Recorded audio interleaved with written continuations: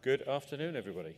I'm going to go ahead and get started because it's on time and I don't want to be late for all those thousands that are going to be watching it streaming in their hotel rooms and whatever. So, welcome to Exam 7740, Installation, Storage and Compute with Windows Server 2016, a real mouthful.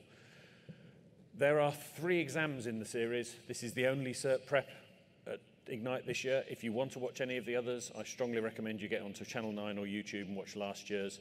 The exams changed a little bit, but the 741 and the 742 will still be just as valid. We did some good ones last year. First of all, an offer to you. I'll introduce myself first. My name's Ed Baker. I'm an independent contractor, but I do quite a bit for Microsoft, and I have the email address serverguy@microsoft.com. It's designed for the UK, and it's designed for resellers and distributors, and I have a 5-hour SLA on any question on Windows Server 16 or 19. That's been delayed a little bit now because I'm 5 hours over here as opposed to over there. That 5-hour SLA is UK time, but if you want to, I'll extend it to you guys. You got any questions? Ask away. It's not a free support service, fellas and ladies. So I'm not going to enter into a long mail trail, but I can give you some hints and tips and advice on whatever you're doing, whether it be certification, licensing, whatever. So remember that, serverguy@microsoft.com, and he tweets at serverguyuk as well. Okay. Why are we here? Well, we're going to talk about certification in general. You may have seen in Scott Guthrie's keynote that he introduced some new learning and some new certifications and some new courses. I'm going to go a little bit through some of that. Then I'm going to do a step-by-step review of what's called the objective domain of the exam. That's every single item that you could possibly be tested on almost. Then a little section on how to prepare, and then what you can do to take action. First up, if you feel you're anywhere near ready in exam, if you take it here, it's 50% off. And that's not just server, that's any exam. So if you're feeling certifiable, 50% off. So, some audience participation. How many in the room have already certified in any Microsoft technology at all? Cool. And how many have certified in Server 2008 or 12? Cool, about half. And how many have got a cert in 16 yet? Excellent, right audience. I ought to tell you this is a 2-session, or this is billed as a level 200 session by its title. It's not. This is going to go into stuff that is definitely 300. Last year it was a 300. I don't know why it's 200 this year. What are we going to do? Well, we're going to give you some key takeaways. We're going to go through the objectives of preparing you for the exam. We're going to give you some exam study tips, some material to go through, links, resources, and then go through the topics so that you're, if not ready for the exam, you understand at least what you need to do to get ready for that exam wherever you are now. Let's have a look at server certification. You might have noticed that Microsoft is fairly cloudy and AI at the moment, and Windows Server generally doesn't fit into cloudy or AI. Well, Server 16 is very definitely a superb hybrid platform, and we will cover that a little bit. But you can still get an MCSA in Windows Server 2016. To do that, you need 3 exams. You need 7740, which is the one we're talking about today. You need 7741, which is a networking exam, and 7742, which is an identity exam. They're all equally hard, they're all about the same level of difficulty. They just cover different areas.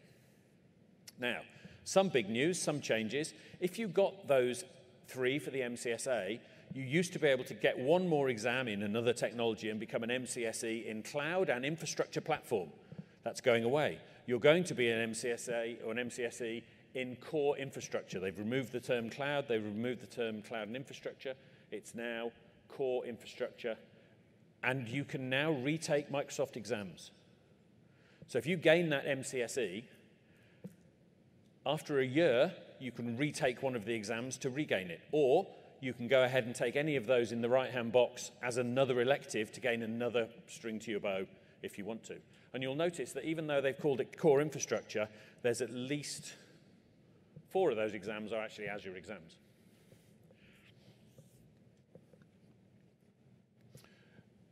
The MCSA for 2012 is still available, and you can still take that. So if you're part way through that, there's no reason to stop. If that's the technology you are using in your environment, if you're not using 16, if you're using 12, certifying 12, you've got a much better chance of certifying what you're using every single day. Then there is a single exam to allow you to upgrade to 2016 if you want to. So that's the new track.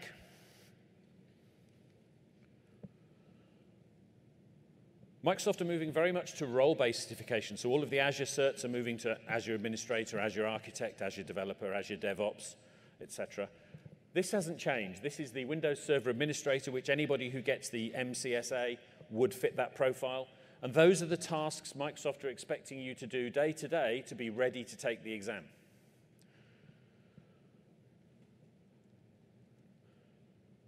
Deploying Nano Server, deploying Core, deploying GUI, or desktop experience as they call it, data dedupe, all that good stuff, which we'll cover shortly. So, let's move on to the overview and objective domain. If we can save questions to the end, that's great. If not, if you run up to the microphones, I might see you. It's a bit wide, but I might see you, and if it's a really urgent question that you really want, I'll try and answer it. What's in the exam? Well, I can't really tell you that, but I can tell you the sort of things you're going to get. You're going to get somewhere between 40 and 60 questions. And I can't tell you how many because each exam is randomly generated at the time it's downloaded to your machine. While I'm talking about exams, anybody taking an exam at home yet?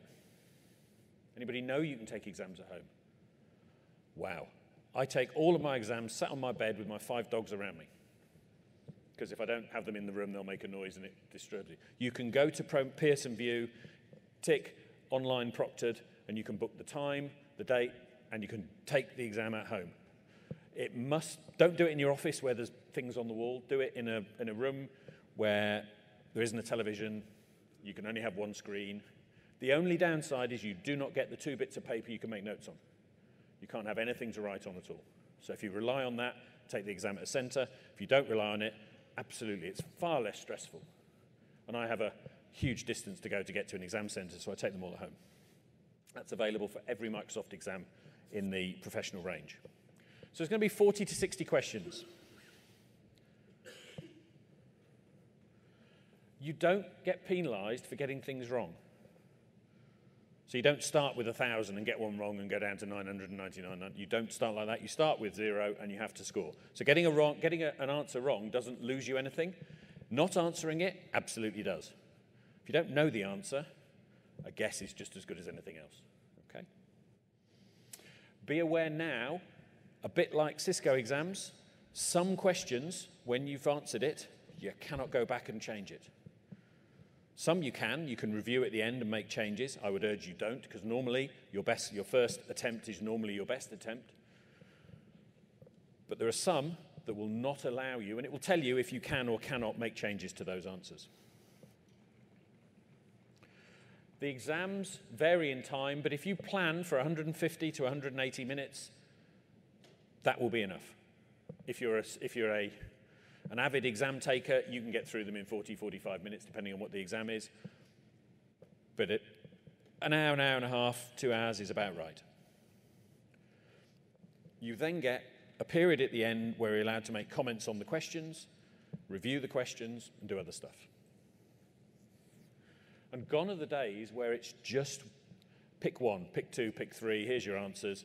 There's now an awful lot more choice for exam writers to write about. So you can write build lists where you have to say, you want to achieve A, B, C, put these 6 items in the right order.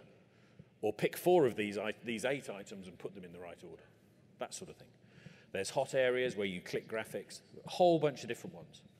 Coming in the newer exams, but will not be in this exam, is performance-based testing.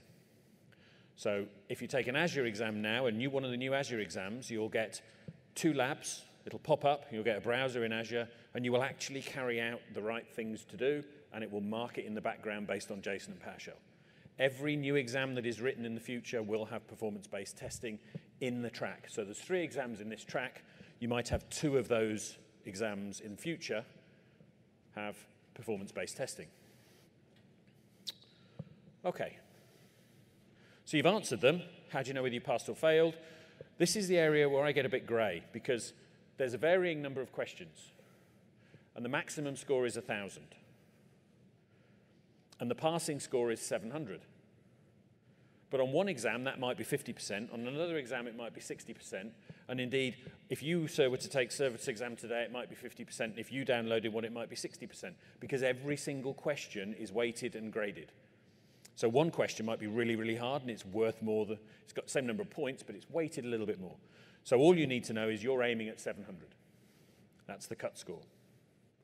And it's all done by a lot of stats and a psychometrician that works through all the questions with the people who write the questions, and it does come out right. Never miss questions. Always answer the questions. Every single question. What happens if you come across a question that you absolutely know is wrong? Comment on it. If you pass, leave it at that. If you're suboptimal, or as in you don't get 700, raise an exam query. Because occasionally things do go wrong and some things get mixed up and you do get errors. So if you know it's wrong and you've commented on it and you don't pass, raise a query. Every comment is looked at and every exam query will go back to your individual exam and the questions you get. Okay. Structure. Let's have a look at the exam. The questions nowadays will say something like, you are an administrator, you are a domain admin, you are a developer, it'll tell you what role you're playing in this little scenario. And it'll tell you what you want to achieve. The application you're developing must do this. You want to deploy DNS in this way. You want to add a nano server to your infrastructure. You need to do this. How do you do it, or what should you do? Every question will have those 4 stages, so it gives you a nice story behind it. This particular exam is split up into 6 sections. These sections form the total objective domain. The rest of this, or next 45 minutes, we'll be going through each one of those objective domains, because each objective domain has a number of sub-objectives within it that you have to be able to answer all the questions about. The percentage figures tell you, on average, what you might expect to get in an average exam in terms of numbers of questions of that type. So let's say we've got 50 questions, because that's half of 100, and I can make that into a percentage because my maths will do that. So I've got 50 questions. If there is 30% in high availability, I'm going to get maybe 15 questions on high availability. Potentially. Maybe. This is a big exam on high availability. But I might only get 2 or 3 or 4 questions on installing servers. That helps you to understand how much effort you're going to put in to the areas you do and don't know in revising and learning for these topics. So let's have a look at install Windows servers in host and compute environments. Remember I said there's some subdomains under that? This is what you're expected to learn. The objective domain also says, and is not limited to. So if there's something similar to here that the exam writers feel are worth writing about, that's sort of it but not exactly mentioned, it could be in the exam. Now my approach to this, and I think I've done about 100 and something exams, is I take that list and I place it on a OneNote. I then read, determine Windows Server installation requirements. So I go to, where would I go to find that? Anybody want to stick a hand up, say where would I go to find that? docs.microsoft.com. This is the place you will learn absolutely everything you need to learn about everything about server. Some people blog quite well. Server Guy does some, but not an enormous amount. Docs.microsoft.com is the place you want to go and find out this stuff. So I would go and search using, I might Google with Bing, but I would find that page on Docs, and I would link it to that objective. And if there's a good table in there, I'd copy the table into that objective. And I'd have the whole of my OneNote based on that objective domain so that when I go back to revise it, I haven't got to go back to Docs. I can go to the link and go, oh, I know where that is, click it, and I'm there, and I can reread it. Just a tip. So we're going to go through, not all of this, because there's an awful lot here, but we're going to go through some of the key areas we're going to cover. You will note here, somewhere, if I can find the word, it's on the next section. We're going to look at what types of server we have. The vast majority of questions you will receive will be on standard or data center.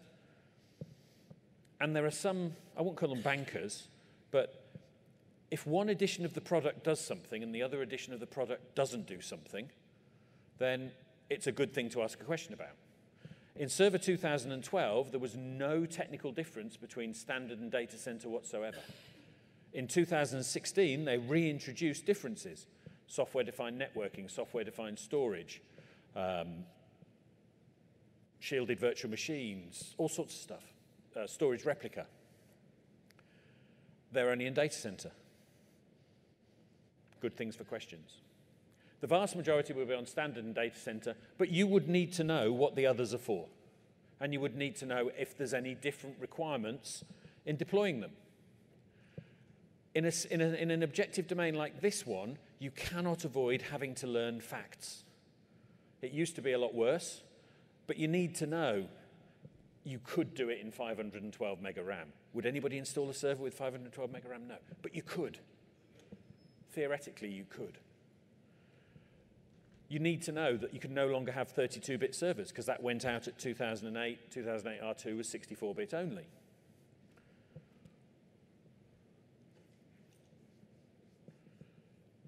Little niche one here. If you install a virtual machine with 512, that won't work because it needs extra. You need to allocate 800 meg. Also, something new in Server 2016, Secure Boot. You need to have the right UEFI 2.3.1c for Secure Boot.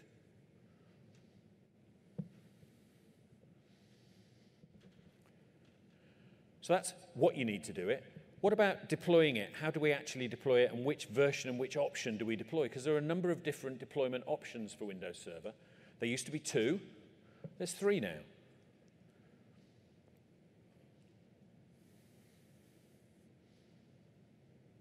Are you going to do it clean? Are you going to do it as an upgrade or a migration? All are different. There will be questions on. You want to do this, this, and this. Is an upgrade sensible? Microsoft has spent a lot of money making Windows Server 2016, or 12 to 16, a valid, viable upgrade path. Most of you are IT pros out there, and you'd go, I wouldn't upgrade a server. But it's valid, and it's possible, and it's sensible now. Personally, I wouldn't upgrade a server. But it can be done. Are you going to choose the standard or the data center? You can tell from the graphic there that it wants to install Windows Server Standard 2016. It doesn't say Core Edition. It just says Standard. The default installation of Windows Server is the non-GUI edition. Why? Because Windows Server now is deployed as a secure solution. It's an assume breach environment which says, wherever you're deploying me, I'm going to pretend, I'm going to assume that everything is already broken and you've been hacked. The desktop experience, the GUI with IIS and Internet Explorer and all sorts of other stuff on there, needs more to update, has a bigger platform, has a bigger footprint, and can be attacked more easily. There is an argument, and Jeffrey Snover uses this all the time, why would I ever need a GUI on a server? Apart from a couple of roles, which you will need to know that need a GUI, things like WDS needs a GUI. But why would I do that? Because a client has a GUI. A server with a GUI, Jeffrey would say, is a client. Especially as you've now got remote server admin tools in Windows 10 that will cover from Windows Server 16 all the way back down, and you don't have to have separate editions. And all of your management tools are there. And we've now also got, you'll see later, Windows Admin Center, which does a good job. There's also a free edition, the Hyper-V server. If you're going to deploy virtual machines that aren't Windows, you could just download the Hyper-V server and deploy those with no licensing requirements. You wouldn't have to pay for that Hyper-V server. There's no other roles, just Hyper-V. It's only core, it's not GUI. That could be an option for an answer. But the third deployment type is nano server. Now, I've got about 6 or 7 slides here, and Microsoft have turned Windows Server into the same as Windows 10, where every 6 months there will now be something called a semi-annual channel review edition. And none of those will ever run Windows Server Nano Edition in anything but container. They won't run any of the infrastructure roles. However, the exam currently has infrastructure roles in it. It won't do in Windows Server 2019. So I'm going to go through these because if you're going to take the exam in the next 4, 5, 6 months, this will still be in the exam. So Nano Server is absolutely teeny tiny. The hint's in the name, nano, tiny. It doesn't have any method of interacting directly with it unless it's an emergency recovery. And that's a pretty valid description of in graphic terms of the sizes you would have. I don't know what refactoring is. Basically, it's rewritten from the ground up. It's done on .NET Core. And it's designed for very fast, very small, standalone solutions and containerized solutions. You can run DNS in it. You can run it as a host. You can run it as a Hyper-V server. You can run it as a file server. You can't run it as things like DHCP or Active Directory, but you can run in lots of different areas. The key with Nano Server is it's not an installable option from the DVD. You have to do something special to install it. You have to create an image and deploy it.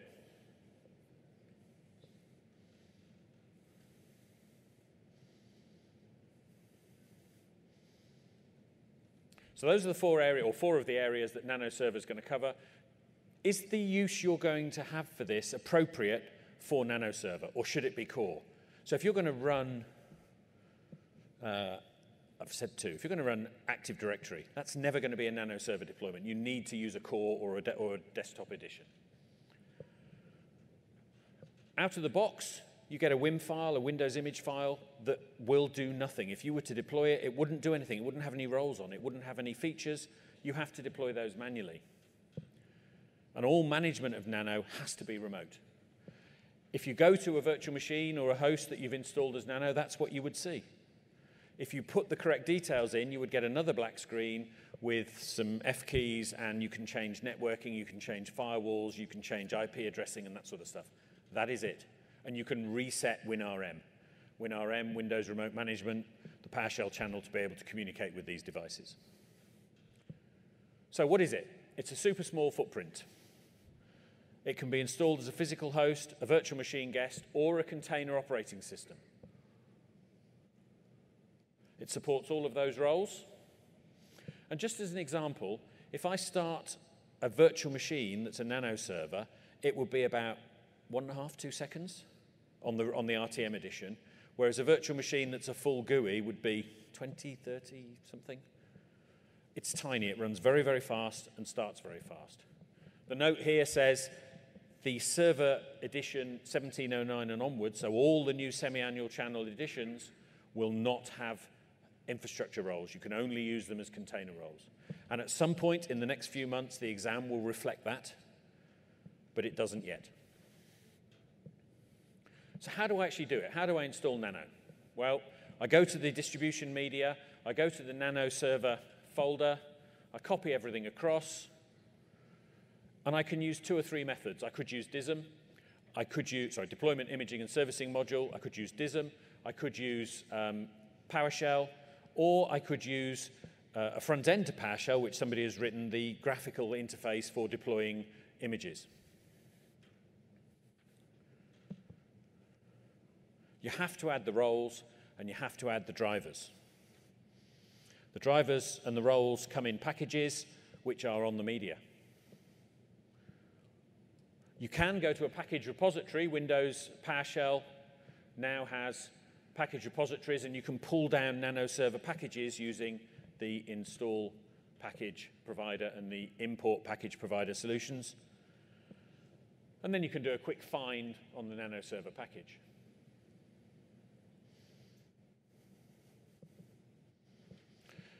The manual way, the very manual way, is to convert the WIM into a VHD. There's a Windows image file with Nano Server in. You can add all your stuff to it and then produce a virtual hard disk file to either boot a host or to boot a virtual machine.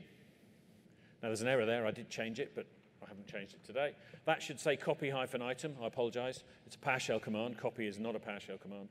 Copy-item. I'm going to copy the contents of the D drive Nano Server into a folder called C drive Nano Server and all of the folders underneath. So I now have on my hard disk the files I need to use. I can then change to that directory, use a fantastic bit of PowerShell called Convert Windows Image, which was written by a Microsoft MVP and has been donated to the open source. So I can convert it, the WIM to a VHD, say what edition I want, and then I've got a VHD. I'd still have to add more roles and features to it if they weren't in the WIM file. The graphical option, here's a graphical option. You step through the wizard and choose what you want. Do you want it as a USB? Do you want it as a WIM? Or do you want it as something else? And it will deploy it for you. If you want to customize it in a different way, you can use an unattend file. So you could deploy Nano Server to a machine and run an unattend file that will join it to a domain. You can join it to a domain another way as well, but you can join it to a domain this way if you want to. You can run it as a dual boot if you want to. And you can install Defender. You can install all sorts of things in the agents and tools area. You can set the computer name as well, if you want to. So I said Nano Server can only be managed remotely. It can be recovered and protected natively, but it can be remotely managed. And these are the ways we can manage a Nano Server.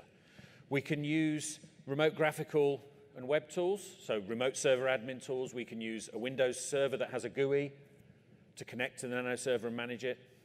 If it's not in a domain, then you would need to update the trusted hosts file, and this is, I don't know if it's in there, but it's a really good exam question. You'd need to update the trusted hosts file on your server to allow the IP address of the Nano Server to come into your environment, otherwise, because it doesn't have Kerberos authentication. PowerShell remoting, you can obviously use PowerShell remoting, whole thing's based on PowerShell.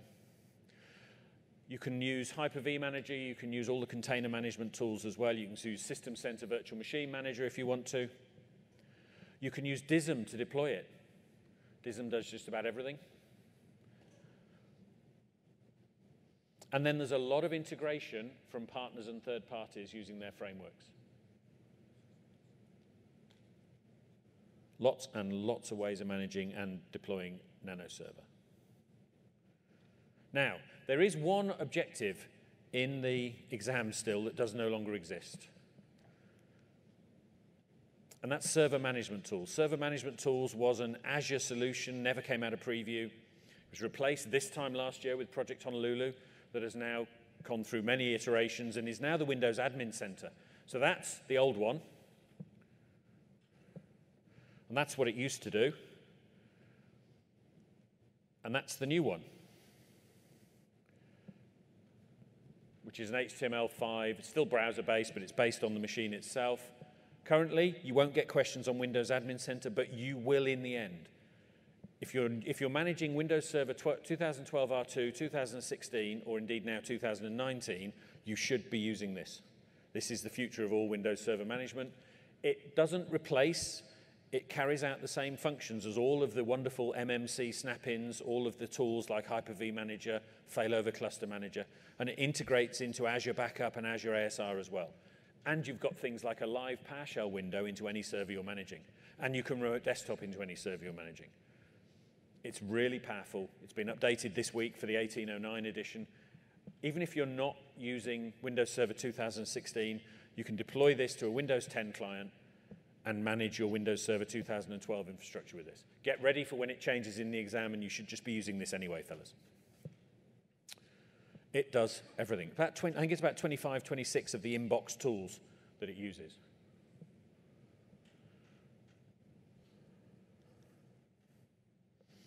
So those are the options. Now we need to create, manage, and maintain our images to deploy. And one of the hardest types of questions to answer, I think, is plan. The old 2003 MCSE had a design exam, and a lot of it was planning. How do I plan for this? What do I plan for that? So what sort of virtualization? Let's say planning. Let's do planning for virtualization. So planning involves designing the scope of my project. Which servers am I going to virtualize? Which means, are they able to be virtualized? Do they have the hardware necessary to virtualize?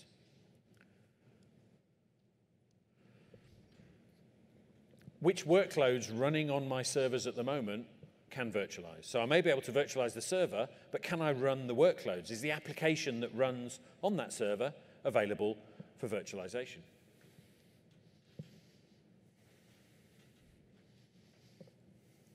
And there's a wonderful tool, if you've ever used it, called MAP, Microsoft Assessment and Planning Toolkit, the MAP Toolkit. To do this exam, you've got to go and download it. Download the MAP Toolkit, deploy it, have a look at it, see what it does for you. It surveys your environment and gives you a lot of really good answers. We'll see MAP a little bit later.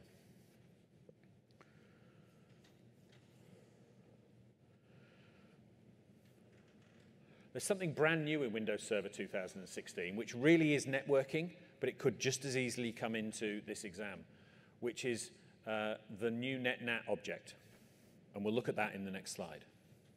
So it provides network address translation using virtual switches, so it doesn't need an RAS machine or a different type of routing to be able to do that. So this is a bit of PowerShell that would show you how to create a new virtual machine switch and to make your machines inside that switch, which is an internal switch. See, that's an internal switch, an internal VM switch, can't communicate with the outside world, can communicate with the machine itself, but not the outside world. First of all, we put an IP address. The IP address is the gateway. We then create a new NetNat object, which is attached to the virtual machine, switch. And it means that any traffic headed for outside uses that object to get out through the gateway into the outside world. It takes about 2 minutes, and it saves you installing an extra server or a router or anything. It just is absolutely excellent. So planning for our virtualization. This is an example of MAP, Microsoft Assessment and Planning Toolkit. It goes through your environment, collects a load of information about what machines you've got. It's one of Microsoft's solution accelerators. There are about 5 or 6 of those. And it scans your servers, your networks, your environments, and comes up with things on VMware, Hyper-V, physical servers, virtual machines, and tells you whether they are able to be used in certain ways. It's also a really good way of doing a software inventory on your systems. Because, of course, we all have up-to-date software inventories of everything on all of our servers with all the licenses ticking in. So this is a good way of doing that.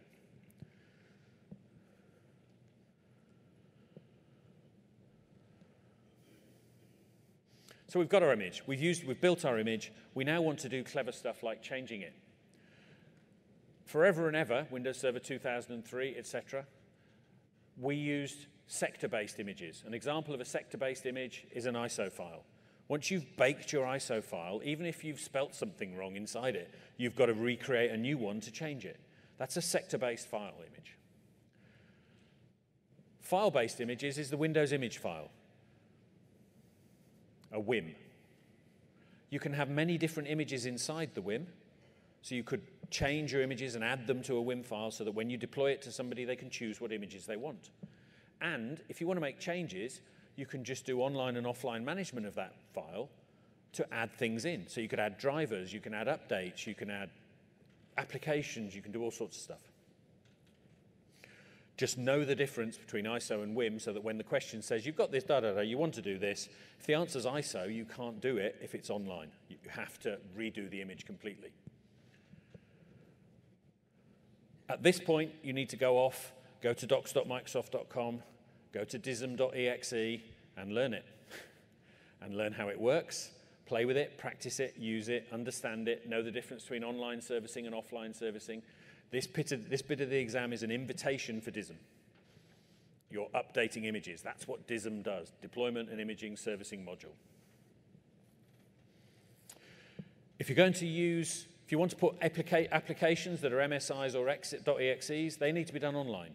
So you have to do an online imaging servicing for that. For those taking pictures, by the way, these will be available. So take pictures, but they will be available. Oh, wrong button. Okay, now, there's also, I haven't mentioned these yet, there is a company called MeasureUp. MeasureUp is Microsoft's preferred practice exam provider. And if you want to do practice exams here, you can do them free in the hands-on lab zone. So if you think you're nearly ready for an exam, go and find the lab zone, which is in the immersion zone over there somewhere. Go to the hands-on lab area, choose a practice exam, do the practice exam, pass it, go and take an exam. The exams are 50% off. So what I did, because I sometimes write questions for all sorts of people, so I spoke to MeasureUp and said, I'm going to do this, can I have a pre-license for 740? And they said yes. So these are actual MeasureUp questions you would get if you did that practice test. Normally practice tests aren't free, you do have to buy them if you want to. So have a read.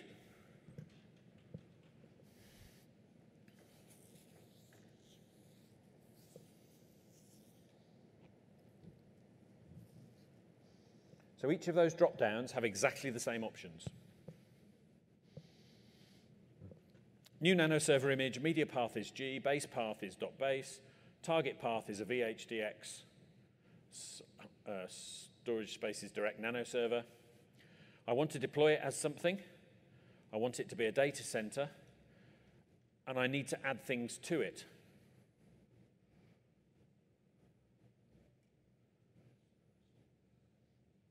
I'm not going to ask anybody to come up with answers. I'm just going to show you the answers, and you can all go, yeah, I got that. So it's going to be a guess. This is going to be a virtual machine. I know I need packages because remember I said all of my roles are in packages, and I know it's going to be a cluster. So I need to make it available as a cluster node.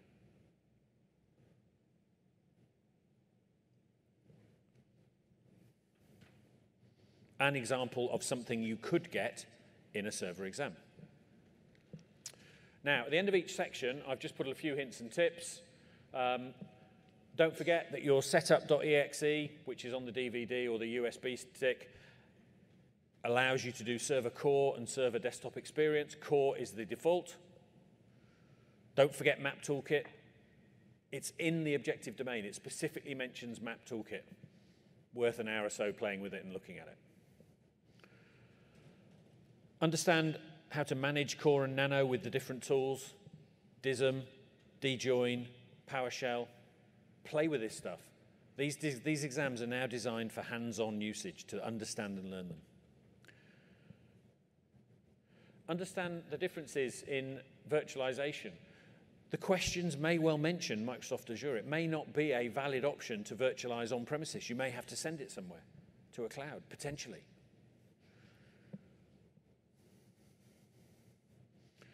Okay, storage solutions. There's an awful lot of brand new stuff in storage in Microsoft Windows Server 2016. You have Storage Spaces Direct. That's only available in Data Center. You have Storage Replica. That's only available in Data Center, unless you've got 2019. And now that's going to be available in Standard as well in a cut-down version.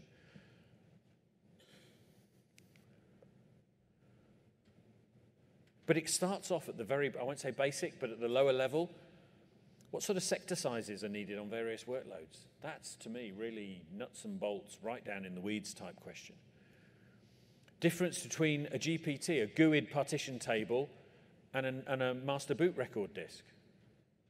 Why would you use an MBR as opposed to a GPT? Can't think you would now, but there may be some reasons. Have a look at those. Know the differences between VHDs and VHDXs. There are lots. Understand those differences. What can you do in a VHDX? What can't you? Or VHD, sorry. Know how to mount them. DiskPart is a fantastic tool. know how to use diskpart, or the GUI tool, the disk management tool, to use that. Know the differences between NTFS and REFS. So at this point in this exam, REFS doesn't have deduplication. 1709 onwards, it does. So you might think, oh, I'm all modern, I understand this, it has deduplication. It doesn't here. So if there's a deduplication question,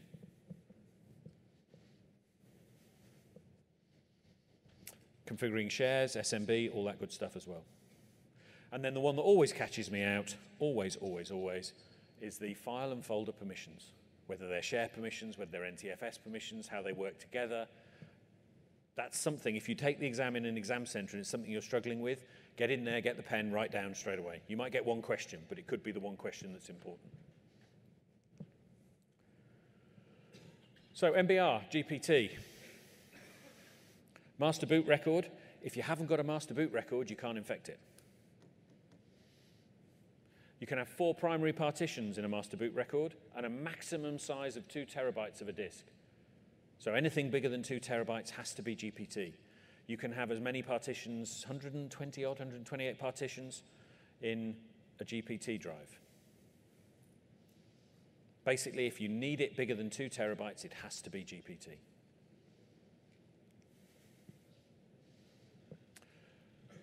FAT, NTFS, and REFS. Perfect question. You want to install Windows Server. You've got 3 disks. Which disk would you put it on? If it's FAT, it can't go on it. If it's REFS, it can't go on it. It has to go on an NTFS partition. Windows Server has to be installed on an NTFS partition. Very easy.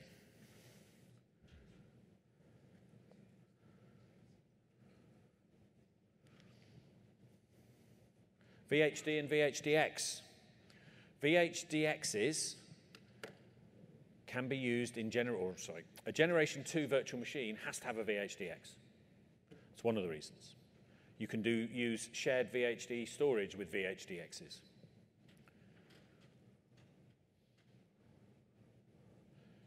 VHDs can only go up to 2 terabytes. And if ever you're going to put anything into Azure, so if you're building it on premises to put it into Azure, and you don't want to go through conversion, it has to be VHD, and it has to be a Generation 1 virtual machine. VHDX appeared in 2012 and beyond. Sizes are bigger, and it can be used for shared storage. Understand the PowerShell of creating this stuff, and the disk management, and the disk part. If there's more than one way of doing something, the question could be confusing. Server Manager, disk management, disk part, PowerShell, you can create them all. It's 154 commandlets at last count in PowerShell for disk management. That's a lot of commandlets.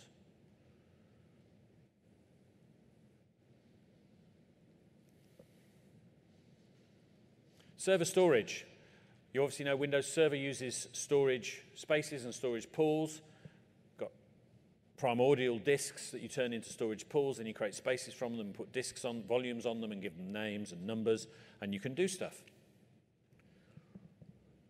Understand what you need to do tiered storage. So you've got fast storage on SSD and slower storage on HDD, and you can use cache in fast storage and capacity in slower storage. And then storage replica. Storage replica is brand new. I always say as a Microsoft certified trainer, if something is brand new in a product, it gives the exam writers a perfect chance to write a question they haven't written in the last product. Lots of questions on new stuff. Not exclusively, but lots of questions on new stuff. Storage replica is new. Understand what you need, that you need data disks and you need log disks, and that it's block replication and not file replication, that you can do replication disk to disk, server to server, within a cluster, and cluster to cluster.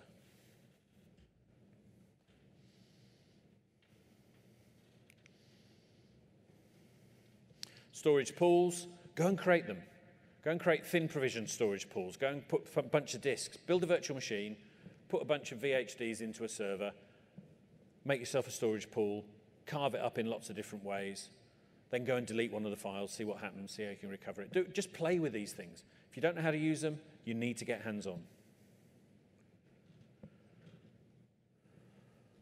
Storage Spaces Direct, again, is brand new. It's not something the majority of you will ever have touched yet. And in production, it's highly unlikely you will unless you've bought... It's gone back in. Unless you've bought the Windows Server, the WSSD partner devices that are pre-configured for you, because they're particularly sensitive to drivers and firmware and additions like that. But Storage Spaces Direct allows you to create a cluster, take a bunch of disks across all of that cluster, turn them into one storage pool, and then have them shared across there. So you no longer need a SAN. You can do that with a Storage Spaces Direct. And if you do what's called hyperconverge and have the storage cluster attached to where the compute cluster is, there's no networking in between. Everything is extremely rapid. And you get very, very fast connections and very, very fast numbers of very high IOPS, in the millions of IOPS, and in the many gigabytes per second of throughput. A very, very powerful solution. Once you've built it, you can turn it into a cluster shared volume and put a resilient file system on it to allow you to use it for cluster sharing as well. It's designed and built for storing Hyper-V virtual machine disks across a cluster. Disk layouts. In storage pools and in lots of other areas, you have the old thoughts of RAID. We don't use RAID in this, we call it disk layout, and we have sort of RAID configuration. So simple is what used to be striped disks. There's no resilience in there. Two-way mirroring needs at least 2 disks, and you can lose 1, and that is mirrored. Three-way mirroring needs 5 disks, and you can lose up to 2 drives at a time. Parity has to have at least 3 disks, but can have a number, as many as you've got in there. To cope with 2 failing drives, you need 7 drives in the parity set. How you choose these depends on what you're going to use them for. Are they for databases? Are they for file sharing? Do you want maximum speed? Et cetera, et cetera. We also still have iSCSI in the exam. The server has the initiator built in, and you can deploy the target as well. So you can serve up your storage in a server to be available for other devices to use if you want to, and you can carve it up into LUNs. It's not required, but if your system uses it, you can still use it in Windows Server. It's cheaper than buying the fiber stuff to do, and it works effectively. Here's the storage replica. It's block-based. It allows storage. It doesn't really matter what you're moving, how you're moving it. It will just move. You can move it between clusters, between servers, between disks. It uses SMB, Server Message Block 3.1 now. If you're going to do this in production, you need very fast, very powerful network cards, RDMA, Remote Data Memory Access network cards, using 10 or 20 or 40 gigabit networking. Those network cards will do a lot of the shunting and the work and take it off the processor. RDMA is a specific requirement in one of the ODs. It supports just about any type of storage there is, and it supports those stretch cluster, server to server, and cluster to cluster. Deduplication, understand data deduplication, know what it does, know how it does it. In Server 2016, it's no longer as slow and clunky as it was. It's a multi-threaded solution now. It doesn't just do one and go through all the way. It's a multi-threaded solution. It can be scheduled. Microsoft do not do data deduplication on the fly. It hits the disk, and then at a certain point in time, it is then deduplicated. With VHDs, you can save 70, 80, 90% of your space quite often. If they've all got Windows Server installed on them, lots of space saving.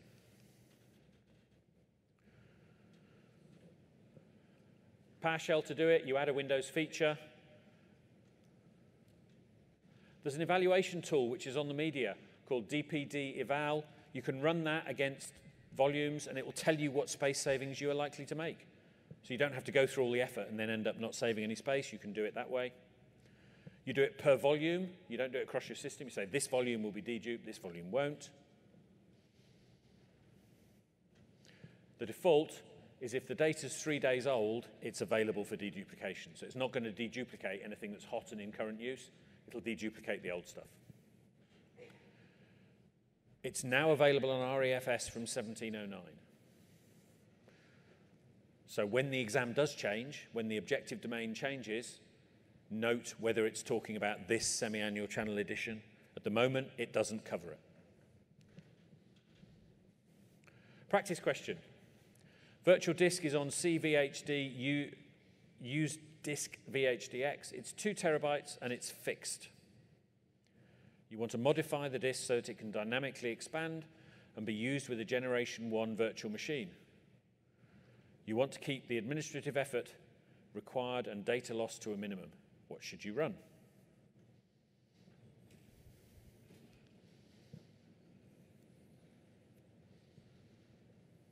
Generation 1 VM can use what?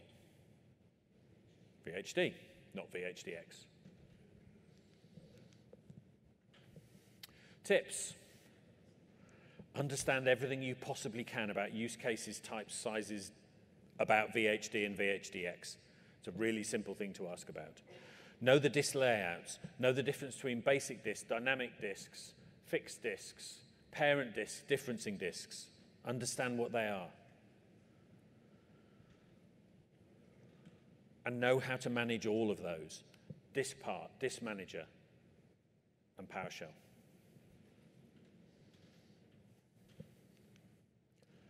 Hyper-V. We're coming into the areas that are the biggest in the exam. Hyper-V and high availability.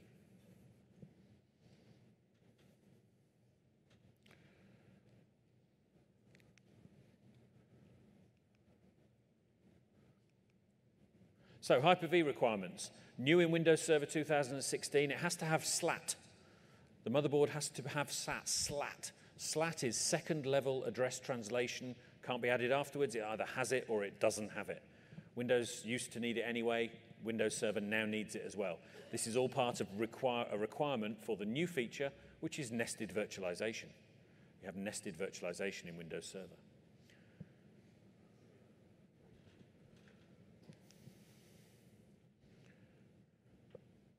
If you're going to use things like measured boot and secure boot, you need to have a TPM, Trusted Platform Module. A lot of servers come with them, not all of them. And as a hint, make sure your TPM for Windows Server 2016 and above is always a version 2. If it's not a version 2, it can't do things like shielded virtual machines. The version 2 TPM has much more on it. It can store more things, and it is better. For the sake of 5 or 10 quid or dollars, it's worth doing.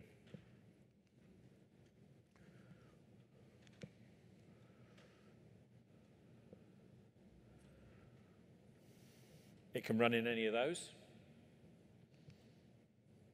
And it can run all these guests. From Vista to Windows 10. Yes, I did just say Vista, sorry. And from Server 2008 all the way up to 2016, and indeed now 2019. It will run Linux. Microsoft love Linux. It will run Linux, and it'll run FreeBSD. How do we manage our virtual machines? Well, we've got Hyper-V Manager, PowerShell. We've now got PowerShell Direct. PowerShell Direct allows you to communicate with a virtual machine by name with absolutely no networking involved in the virtual machine. So as an example, you could build a virtual machine with no network card. It's secure. Nobody can get in it. You can use PowerShell with PowerShell Direct to deploy the roles to it, deploy everything you want on it, put a network card on it, put a firewall on it, then put an IP address on it, and bing, it's available. So it's really, really secure. It's also a really good way if you forget stuff and it breaks, and your networking stack breaks. So a lot of commandlets now have the VM name parameter, which allows you to go directly into that VM. Nested virtualization. There is another virtualization platform which has had this for a very long time. The only reason we have it now is because it is required to be able to run Hyper-V containers. The byproduct of needing Hyper-V containers is that you have to enable nested virtualization, which means now on your Windows 10 device, if it's a Pro and it's got Hyper-V, you can enable nested virtualization on which you can put a Windows server, on which you can enable virtualization and put VMs, if you want to. has to comply with all of these things. To do this, you create a virtual machine, turn it off. On the host, you enable the processor extensions, the virtualization extensions, then you restart the virtual machine. The virtual machine must have static memory, can't be dynamic.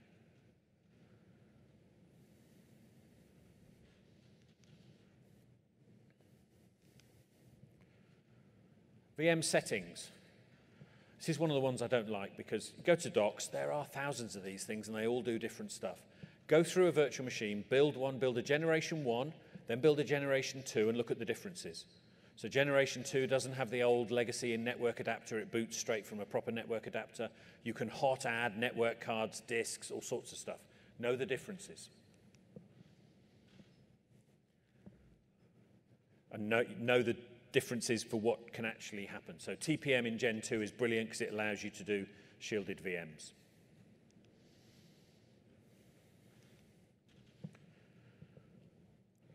Again, more on disks. Know the differences between differencing, dynamically expanding and fixed. How we pass through to a physical disk on a machine if you still need to do that. VHDs and VHDX. You may never get a question on differencing.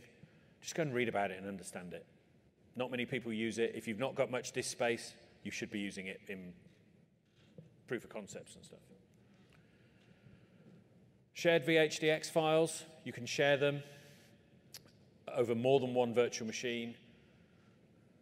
So if the virtual machine needs, if 2 or 3 virtual machines need access to that file, you can share it with a VHDX. You can't with a VHD.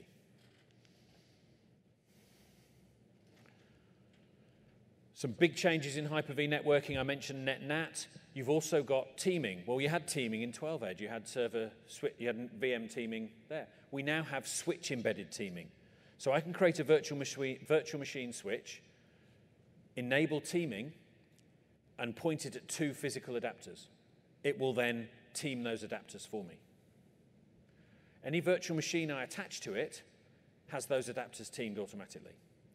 Microsoft did this because when you're dealing with software-defined networking, you will not have the credentials for the VM to get in to be able to do that stuff. So if you're doing it at the virtual machine switch layer, the host can manage that, so network controller can manage that. So it's done at that layer. Very clever, very effective.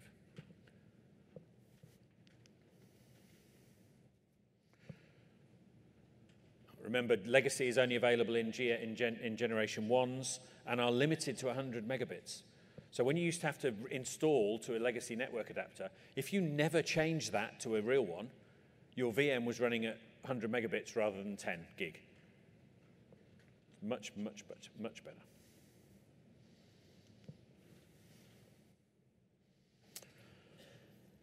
This is a big one. Absolutely know what you can and can't do with each of these types of switches, virtual machine switches. What an external does, what an internal does, what a private does, how you do it, what connectivity you've got. And also, this is the point where you're going to need about NetNat. If you've got an internal switch, you're not allowed to connect it to the physical network for security reasons. How can you give access to the internet? NetNat. NIC teaming, I've just covered. Again, go through all the settings. There's an awful lot of very complicated settings here that most of us won't use most of the time. Go to docs, read what it means, read what they do. Your practice question for this section.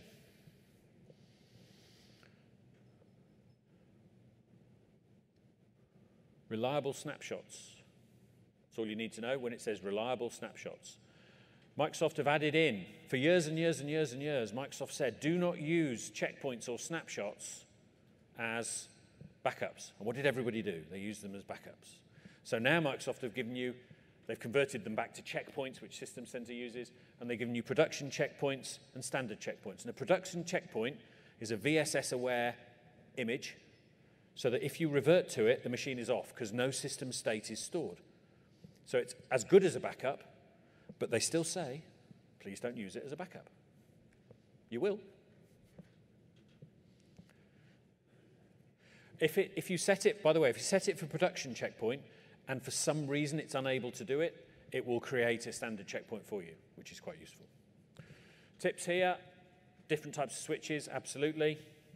Know the hardware and advanced NIC settings, things like VMQ and all that sort of stuff. And no NIC teaming and no SET, switch embedded teaming.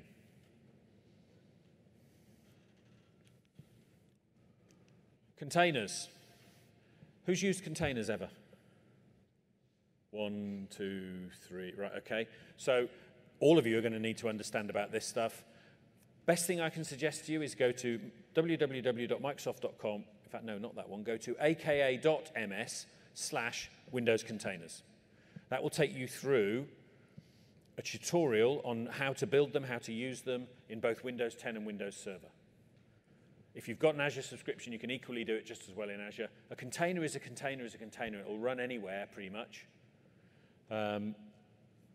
Microsoft have partnered with Docker for Windows Server and Windows 10.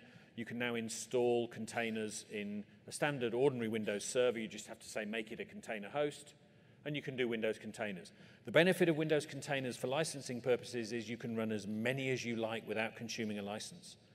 Each virtual machine consumes one of your licenses. A container doesn't unless it's a Hyper-V container. The drawback, a container shares the same kernel as the other containers. A Hyper-V container doesn't. Okay? You're going to have to learn a new language, I'm afraid. You're going to have to learn Docker speak, both in terms of the products they use and the command line to control and manage containers. A container allows you to run as many as you want of a certain type of item without conflicting. Everything is contained in there. So you might have .NET 4 running in one container and .NET 3 running in another. You can't install them both on the host, but you've got the libraries in the container and they can run like that. So that's a virtual machine with hardware virtualization, and there's a lot of overhead there. You're installing virtual hardware, you're installing a whole operating system, and then you're installing the application as well. With containers, all you're doing is deploying an application or a role with the things that are necessary, and they don't have a separate operating system to run off. They are really small. If Nano Server is fast to start, containers can take, in the new editions, milliseconds to start and stop. And I can deploy hundreds of containers at the same time if I want to. Trust me, if you're supporting things for developers, they're going to be knocking on your door about containers, and if they aren't already.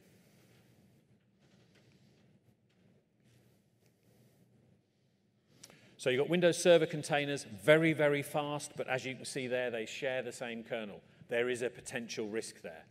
Hyper-V containers generates a small virtual machine. You can't use it, you can't touch it, you can't interact with it. The container is in it, and it has its own kernel.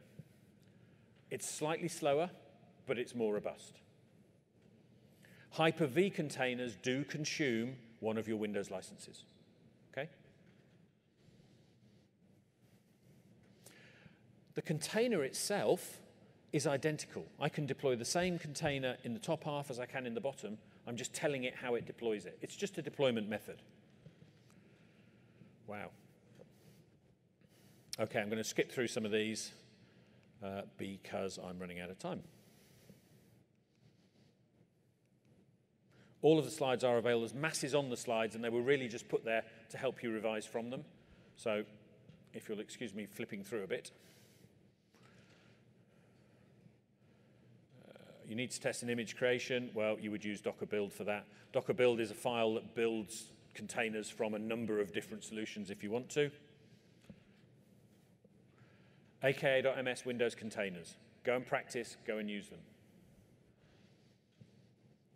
Sign up to the Docker newsletter if you dare.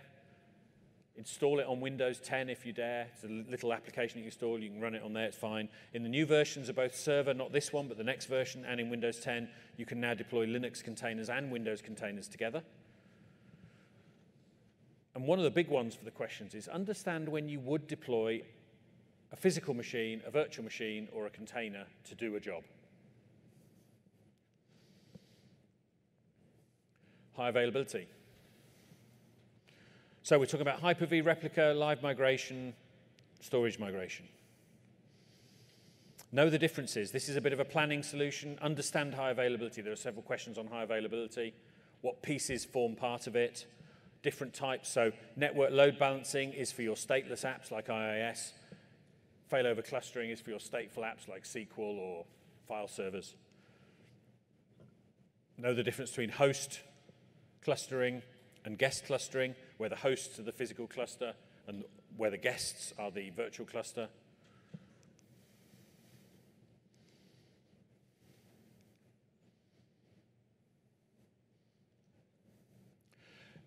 Brand new, good for a question in Server 2016. Historically, if you had a cluster and you wanted to upgrade it from 12 to 16, you had to leave that one, build a new one, move things across. Now you just add a node, make it a 16 node, add things to it, drain the others, upgrade the others, and you don't have to create a new cluster. It's called rolling cluster upgrade. In 2012, you got rolling cluster updates, or cluster aware updating, I should say. You now get rolling cluster upgrades. That's not a slide to read, that's a slide for revision. Software-defined data center allows you to run a new role called network controller, which is only available in Data Center Edition. And this software-defined networking will allow you to deploy virtual machines with identical networking and different network security groups across your environment entirely by software. So if a node needs to go down, it'll just move automatically, or you'll move it using policies you've created.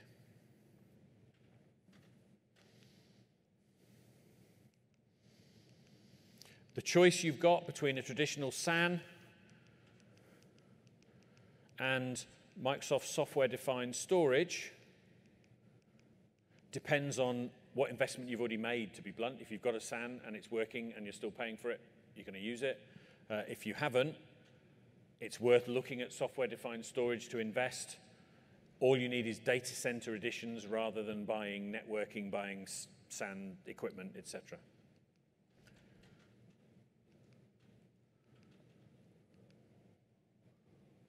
Brand new in 2012 was all that, and brand new in 16 is storage quality of service, storage replica, upgrade, storage spaces direct, and Azure consistent storage.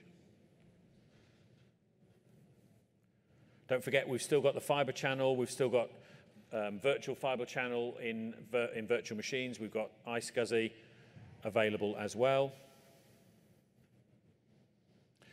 Perfect question for a build list. Gives you an item, about 9 items down there. You need to build a cluster, what do you do? Drag and drop. Understand how to build a cluster. Built in the box, you've got PowerShell, gives you full control as well.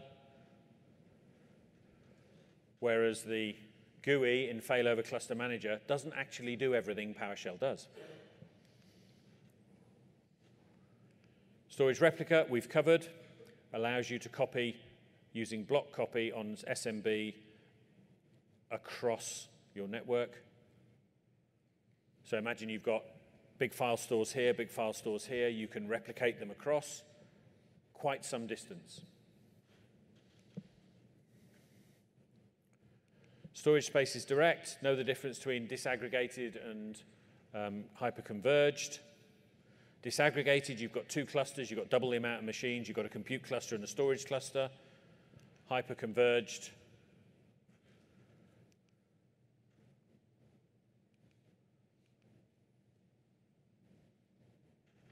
is where you have one cluster and everything, the compute and everything runs in it. This is the faster, better one, but when you expand you add a new node, you get new compute and you get new storage, whereas the other one you would either add one node to each. Understand how to configure the roles, configure the VMs, where do you do it, what are available roles for high availability, know those.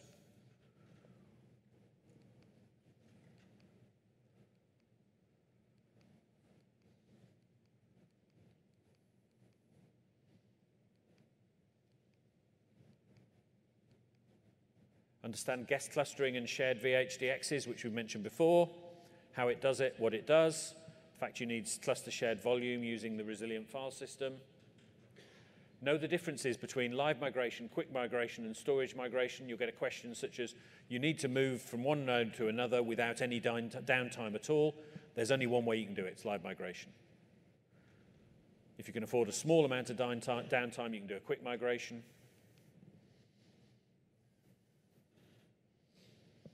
Quick migration will pause it, save its state, move it across, and start it again.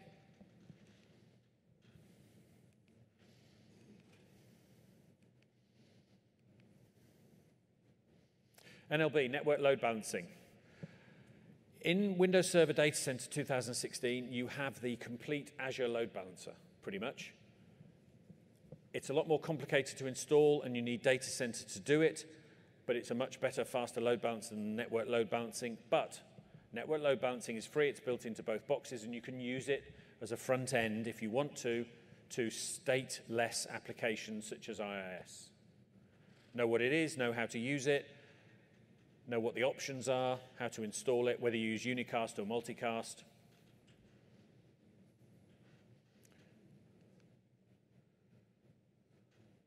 You need to use genserve to create additional VMs on another Hyper-V hosts. You want to put the source files on a shared network folder. So what are you doing? You're exporting. You export the VM. Know the difference between failover cluster manager tasks and your Hyper-V and role tasks and your PowerShell, what you can do in PowerShell. What use cases you'd use for network load balancing as opposed to a cluster itself, a failover cluster. And understand how to implement rolling upgrades because it's brand new. Last section. Now, this is the section, and you're finding it now. I've got 3.5 minutes left. In your revision, you'll do all the other 5, and you'll leave this one. And you'll get to the exam, and you'll find 5 questions that are bread and butter, dead easy, and you haven't looked at it, and it's hard. Don't do what Ed's just done. Make sure you pay proper attention to the management and monitoring. There are so many tools. You've got WSUS. You've got Performance Manager. You've got Reliability and Performance Manager. You've got Task Manager. You've got all sorts of tools to allow you to do all sorts of stuff. How you would deploy your WSUS, what PowerShell commands you'd use in WSUS. Backup. There could potentially be questions on Azure Backup built into this because it's an agent you can install on the server. How to monitor your server installations. Performance Monitor. This is the one that catches me out every single time. When you pass the exam, you get bars on each of these, and my monitoring one is always fairly low. What can you do with Performance Monitor? How do you do it? Creating data collector sets, creating alerts on them, taking out automation based on them. What does Resource Monitor do different that Performance Monitor doesn't? Well, Resource Monitor is real time. Performance Monitor can collect stuff and play it back for you. And of course, we've got, not mentioned here, the best one of all, which is the event logs to be able to pull out and analyze separately.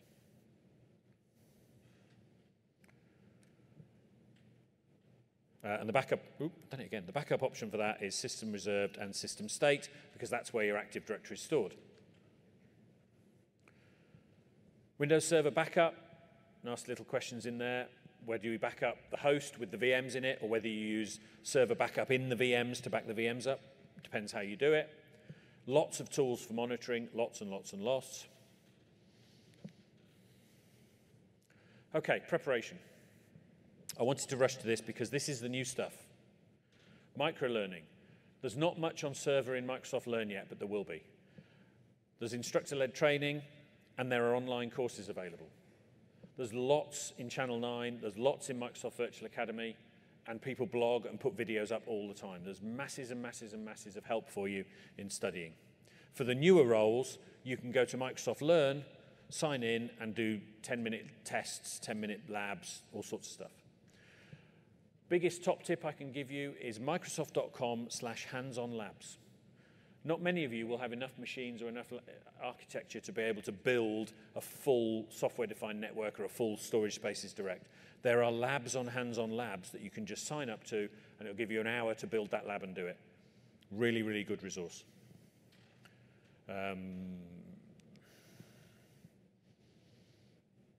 Docs.microsoft.com. That's the one you want to use, docs.microsoft.com. Don't forget, exam on site is 50%, free hands-on lab area labs, which contain most of the hands-on labs you've got outside, and free measure-up tests as well today and this week. Come and visit us all at the certification area, ask questions. And those are the rest of the sessions on. I'll leave that up. This is the only server session. The rest are all the new certifications. Normally there's 20 of these things, and there's only a few this time. And there are some theatre sessions about certification as well. Any questions, anybody? Microsoft.com/hands-on-labs. Lots and lots and lots of them. And any partners will already know they've got access to that as well. Can you come to the microphone, sorry?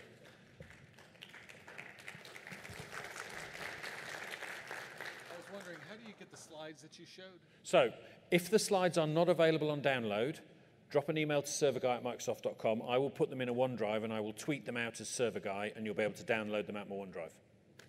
Okay? Thank you very much, everybody. Please evaluate.